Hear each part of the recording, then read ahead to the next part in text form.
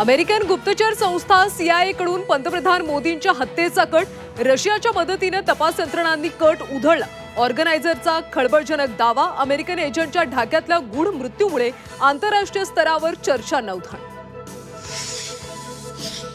महिला डॉक्टर आत्महत्या प्रकरणात रणजित निंबाळकरांना मुख्यमंत्र्यांकडून क्लीन चिट, विरोधकांकडून निंबाळकरांचं नाव गोवण्याचा प्रयत्न, फडणवीसांचं वक्तव्य।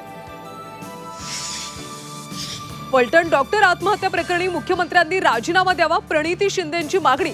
तर दिल्ली निर्भया प्रकरणी सुशील कुमार शिंदेंचा राजीनामा मागितला होता का, बन यांचा प्रणिती शिंदेंना सवाल। निवडणुकीनंतर शिंदेंचा पक्ष भाजपात विलीन होणार, खासदार संजय राऊतांचा खळबळजनक दावा। आता शिंदेंचा पक्ष राहिला नाही, मोदी शहांचा शिंदेंना विलीनीकरणाबाबत आदेश असल्याची राऊतांची माहिती। स्थानिक स्वराज्य संस्था निवडणुका 3 टप्प्यात होणार, निवडणूक झाली की लगेच निकाल लागणार। ईव्हीएम सांभाळून ठेवणं जिकिरीचं असल्यानं तिन्हीची एकत्र मतमोजणी अशक्य असल्याची सूत्रांची माहिती। देवाभाऊ असेपर्यंत लाडकी बहीण योजना सुरूच राहणार, योजना बंद होणार नाही, मुख्यमंत्री फडणवीसांची ग्वाही। शेतकरी कर्जमाफीसाठी 28 ऑक्टोबरला बच्चू कडूंचा नागपूरमध्ये भव्य मोर्चा। मोर्चा आधी मुख्यमंत्र्यांकडून कडूंना बैठकीचं निमंत्रण, बावनकुळे करणार मध्यस्थी, तोडगा निघणार असल्याची सूत्रांची माहिती।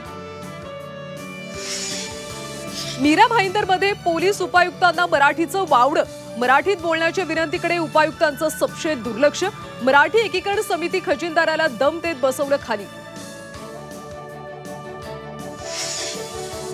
आणि मुसळधार पावसामुळे शेतकरी देशोधडीला, कोकण विदर्भात काढणीला आलेल्या भात पिकांचं मोठं नुकसान, तर नाशिकमध्ये द्राक्षबागा भुईसर।